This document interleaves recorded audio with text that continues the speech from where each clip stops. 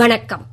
ஆகாஷ்வாணி புதுச்சேரி செய்திச் சுருக்கம் வாசிப்பவர் மலர்விழி. செயற்கை நுண்ணறிவு துறையில் இந்தியாவின் தாக்கங்கள் குறித்து அடுத்த ஆண்டு நடைபெறவுள்ள உச்சி மாநாட்டிற்கான சின்னத்தை மத்திய தகவல் தொழில்நுட்பத்துறை அமைச்சர் திரு அஸ்வினி வைஷ்ணவ் புதுடெல்லியில் இன்று வெளியிட்டார். ஆன்லைன் விளையாட்டுகளை நிர்வகிப்பதற்கான புதிய விதிமுறைகளை அடுத்த மாதம் 1ஆம் தேதி முதல் அமலாகும் என்று அவர் தெரிவித்தார். தனிநபர் டிஜிட்டல் டேட்டா பாதுகாப்பு விதிமுறைகளையும் மத்திய அரசு இறுதி செய்திருப்பதாக அவர் கூறினார்.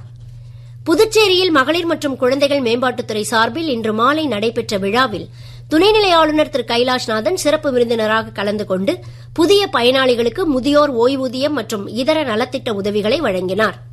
முதியவர்களுக்கு பாதுகாப்பும் மரியாதையும் இல்லாமல் எந்த நாடும் முன்னேற முடியாது என்று பிரதமர் திரு நரேந்திர மோடி பலமுறை தம்மிடம் கூறியிருப்பதாக அவர் தெரிவித்தார். முதலமைச்சர் திரு ரங்கசாமி, சட்டப்பேரவைத் தலைவர் திரு ஆர் செல்வம், அமைச்சர்கள் திரு நமச்சிவாயம், திரு லட்சுமி நாராயணன், திரு ஜெயக்குமார் உள்ளிட்டோர் கலந்து கொண்டனர். புதுச்சேரியில் வர்த்தகம் புரிவதை எளிதாக்குவதற்கான மசோதா மாநில சட்டமன்றத்தில் இன்று நிறைவேற்றப்பட்டது. உரிய அனுமதிகள் மற்றும் ஒப்புதல்களை வழங்க அதிகாரிகள் தாமதித்தால் அபராதம் விதிக்கவும், அதிக தாமதம் ஏற்படும் பட்சத்தில் அனுமதி வழங்கப்பட்டதாக கருதவும் இந்த சட்டத்தில் வகை செய்யப்பட்டுள்ளது.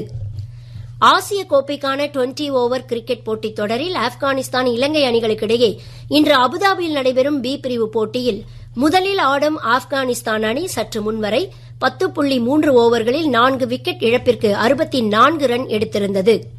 வரும் 21ஆம் தேதி மாலை பூமி, சூரியனுக்கும் சனி கிரகத்திற்கும் இடையே நேர்கோட்டில் வரும் வானியல் நிகழ்வின் போது புதுச்சேரியில் பொதுமக்கள் தொலைநோக்கி மூலம் சனி கிரகத்தை தெளிவாக காண டாக்டர் அப்துல் கலாம் அறிவியல் மையம் சார்பில் லாஸ்பேட் ஹெலிகாப்டர் தளத்தில் சிறப்பு ஏற்பாடுகள் செய்யப்பட்டுள்ளன.